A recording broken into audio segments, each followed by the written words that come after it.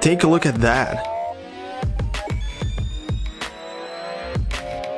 What's going on, everybody, and today we have software update for the iOS after quite some time because I wasn't covering the official iOS 12 version, and this is the first one that comes after it, and it is iOS 12.0.1. And in this video I want to quickly talk about it because it's a small update, it's not really big, and there are many new changes or new things, but there are some bugs that have been removed and also some bugs that haven't, so I want to talk about it for a moment. So let's begin with this video right now. In the settings, I didn't receive the official description for the iOS 12.0.1 because I didn't update to that version, but to the iOS 12 because I was updating from iOS 11, from the latest of iOS 11, and that's why this update was about 1.5 gigabytes, and I don't have the very same description, but sort of like the general description for iOS 12.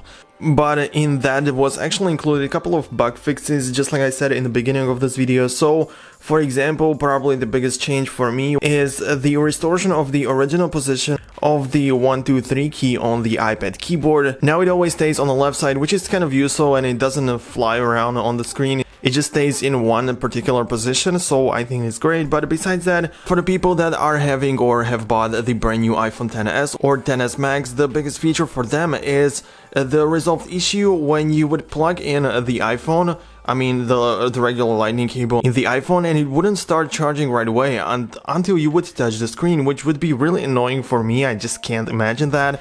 Just imagine going to bed, plugging in your phone, and then you wake up in the morning and the phone hasn't been charged. It's really annoying. So Apple decided to fix that. I mean, it was about time for them to fix it. But besides that, it also resolves an issue that could cause iPhone XS devices, again XS, to rejoin a Wi-Fi network at 2.4 GHz instead of 5 GHz. Also, some smaller things would be going on with the previous update, and now it should all be faster and fixed. I didn't mention the size of the update. So for example, on the iPhone SE the size was about 87 megabytes, on this one it was 150 roughly. It may be different on other devices, but one thing that hasn't been resolved, and it doesn't happen to me personally, but my friend is having an iPhone SE and the Do Not Disturb mode is turning on by itself in the night, even though it is not being scheduled. It's not supposed to turn on, and it does, so that's a really annoying feature.